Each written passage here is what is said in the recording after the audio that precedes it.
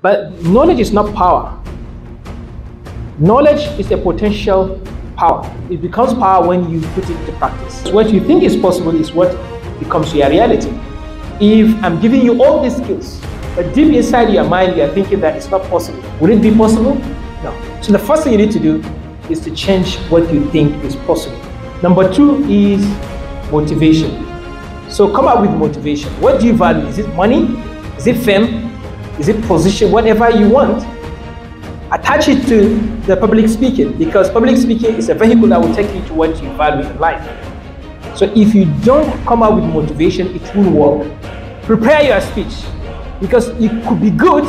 You may have this confidence, but you have a bad preparation of your speech. The speech content is bad.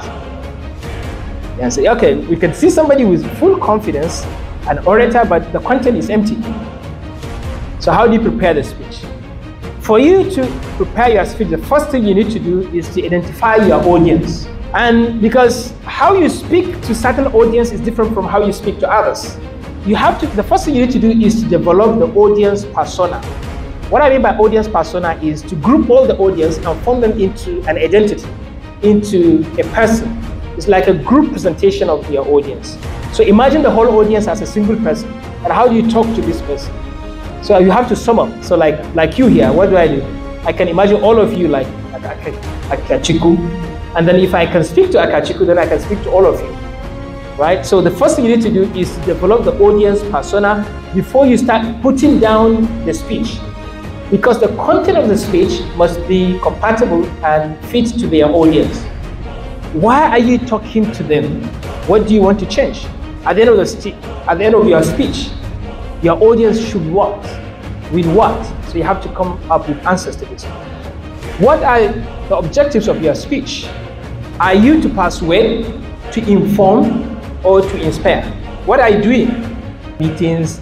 So make sure you reserve your energy for the most important speech that you're going to give during the day. There are so many things that are unknown to you, but having some information will reduce your anxiety. At least you can predict certain circumstances and situations and how it's going to turn out to be. Anxiety will still come before you speak. Pre-performance anxiety is natural. I become nervous when I come to talk to you. So knowing this will make you relax, knowing that you are not alone.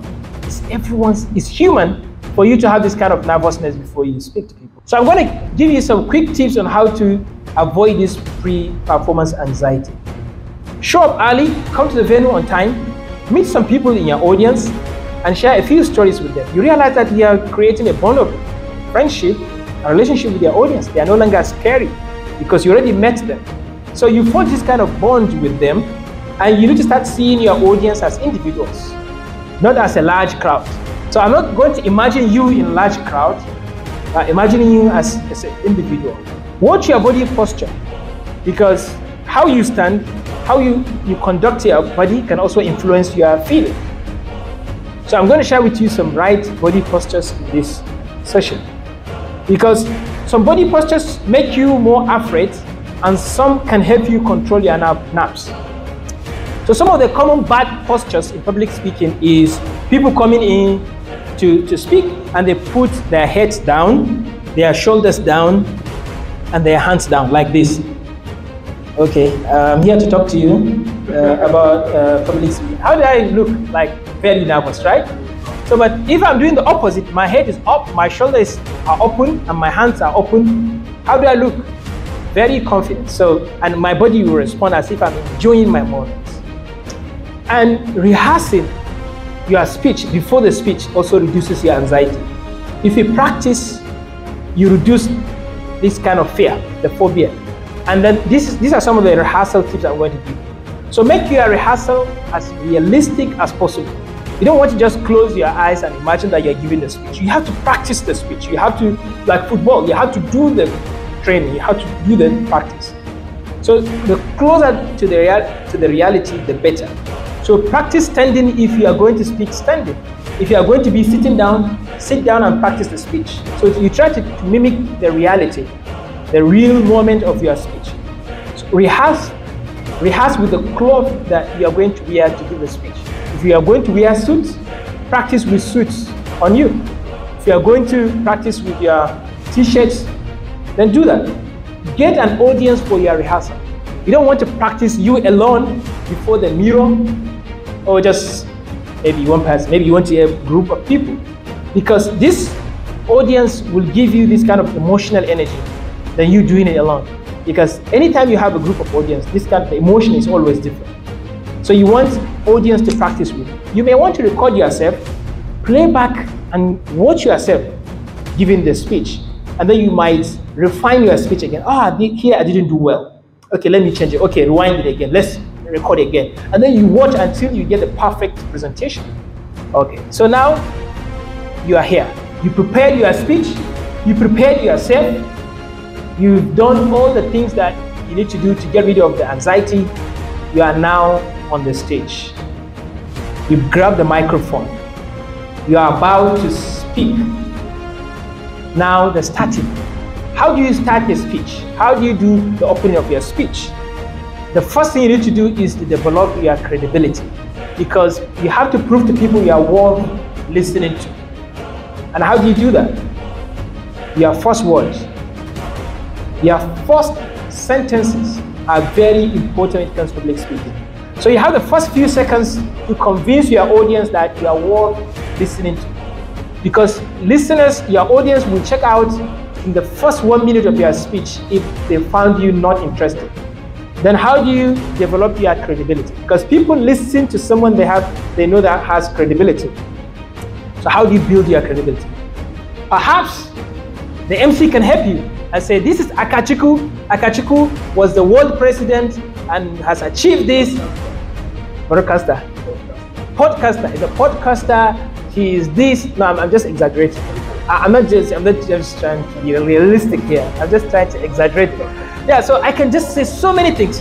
Akachukwu has been to 120 countries around the world, and he's the best public speaker in the world. And ladies and gentlemen, we have him here in the room. So would you like to listen to him? Yes, everyone wants to like, oh really? You're the best public speaker. He spoke better than Malcolm X. Oh really? So now the MC can do that. You can read about their profile. Then your audience will really like to listen to you. But sometimes no. It's up to you to build the credibility by yourself. But credibility is built through two things. One, confidence, and two, competence. If you lack any one of these two, people will not listen to you. So you have to project your confidence and your competence in the first few sentences of your speech. How do you build your confidence? Dress. How you dress, judge how people will respect you. She's looking at my dress. Yeah, that's correct. You need to learn how to dress well, because if you don't dress well, nobody will respect you. Credibility could be earned through your dress code. How you dress, that could also influence how people look at you. And that's why sometimes people wear this tie and suit when they come to speak. Why do they do that? They want to improve their credibility. But it's not enough to just wear a suit, right? You have to know how to deliver the speech, which we are going to come to that. But you cannot just rule dressing out of it. Apart from your dressing, that we have what we call non-verbal skills.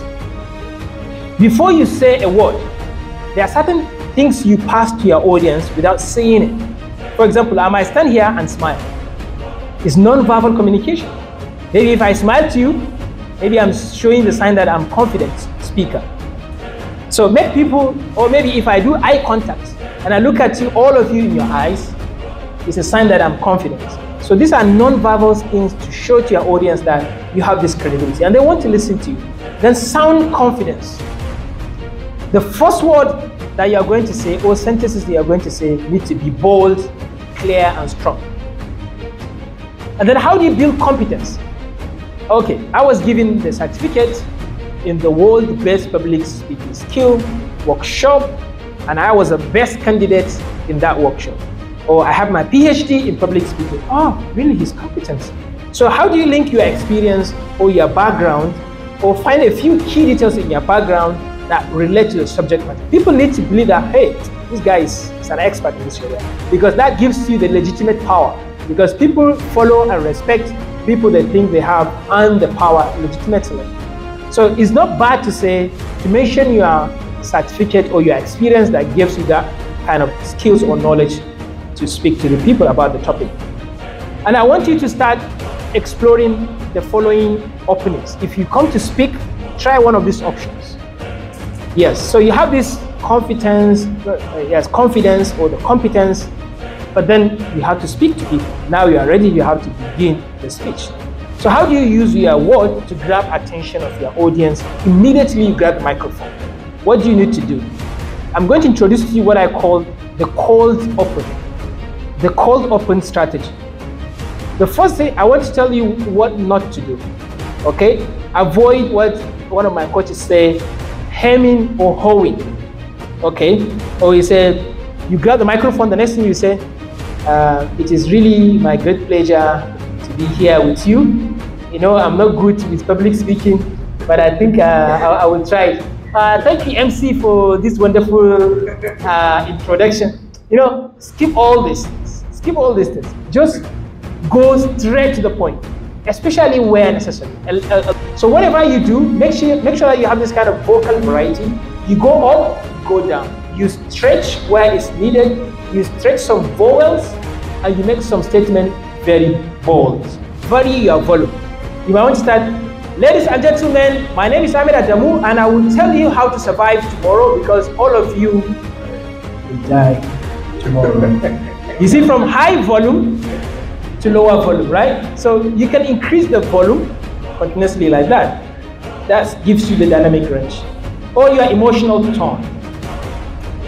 And I want you to imagine that you are attaching emotion to your words, but those emotions must match the words you are saying. For example, you want to say, I won the contract. And I want you to imagine this different kind of emotion attached to what you're saying. For example, you might say, I won the contract. Akachiku, I won the contract. Okay. I won the contract. I said, I won the contract. You see, which of the emotion that fits the words, what you're saying? The last one, right? So make sure that your emotion matches what you're saying. That gives you this kind of vocal variety. Or vary your pace. Sometimes you be fast, and sometimes you be slow. But not always fast, not always too slow. A lot of young people will be speaking very, very fast nowadays, I discover. But when it comes to public speaking, you need articulation. You know, you need to make the word, every word hard. And some of the words must be stretched. Some of the vowels must be stretched. We're going to do that. Another thing, in the middle of your presentation, I want you to avoid the filler words, or what I call the crutch words. These are things like, ladies and gentlemen, I will talk to you about public speaking. You know, how many of you do that?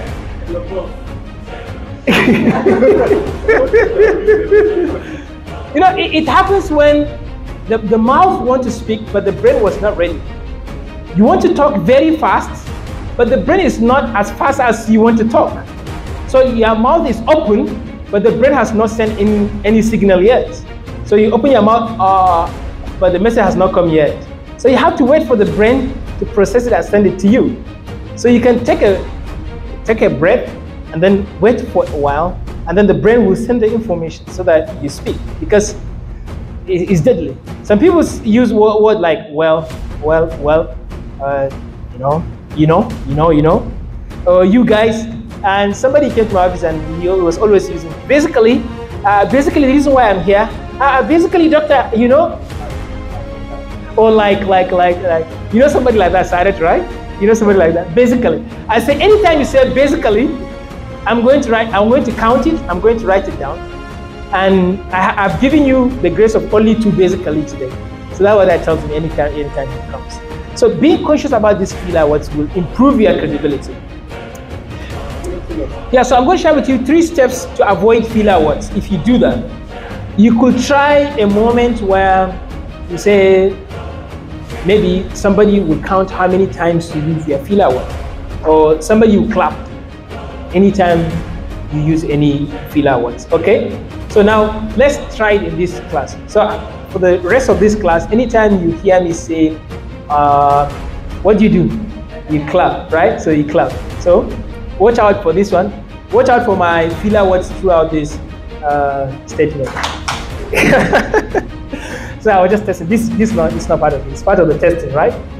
Before Q&A, you need to reserve your ending. Your ending should always be the end. So reserve your final statement before the Q&A. Imagine now you say, okay, this is the moment for Q&A. I'm done with my speech. This is the time for Q&A. Anyone with a question? And everyone kept quiet. No question. No question? Okay, thank you and bye now. That's a bad ending. Okay, so since there is no any question, let me conclude by saying nobody is going to die tomorrow. Because you already know the Q&A is to believe that the ending of your speech must be fantastic. Because people remember what they hear in the beginning and what they hear at the end. So make sure that your ending is memorable. How do you do that? You have to capture people's imagination and emotions. You can either close your speech with your title, okay? You can restate or reframe your title at the end of your speech, or you can close your speech with a summary of your speech, or you can close your speech with a quote, or you can close your speech with your tagline. You have to know which one is most important between visuals, what people see on you, and through what people hear, through vocals and verbal. And it was discovered that 55% of the way people interpret you and judge you is through your visual, your look, how you carry yourself, your facial expression. That constitutes 55% of how people judge you in a speech. So you have to be very careful about your look, how you carry yourself, which is body language, and then facial expression. The next one is the next most important, which is the vocal. The sound, the tone, the volume, it affects your repetition. And then the last one is the verbal, which is the language, especially what you use. Words are very important, especially with conviction. Or using the word I think, I believe, instead of remove the I think, I remove the think and the believe. And just say whatever you want to say after that. I think this class is interesting. So maybe you remove the I think and say, this class is interesting. Blinking or shaking hands. You're holding the microphone and your hand is shaking. It means that you're nervous. How many blinks do you do in a minute? Can you count how many blinks you do in a minute? Someone said 15 blinks in a minute, but you are doing 25, 50. It shows that you're nervous. Breathe to control your nervousness. Every feeling is felt through a change in breathing. The more you focus on your breathing, the more you have control over your nervousness. Okay, yeah. Well, we can still judge you. Okay.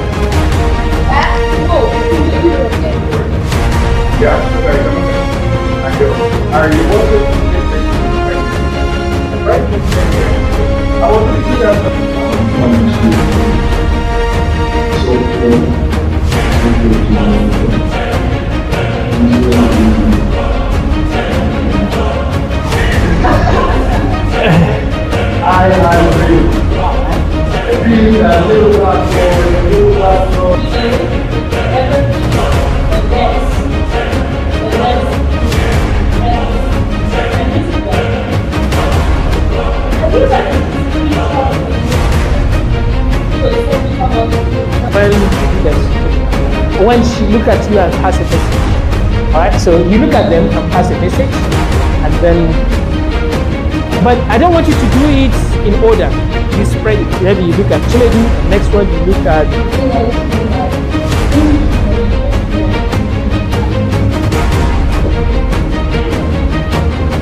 Time, eh?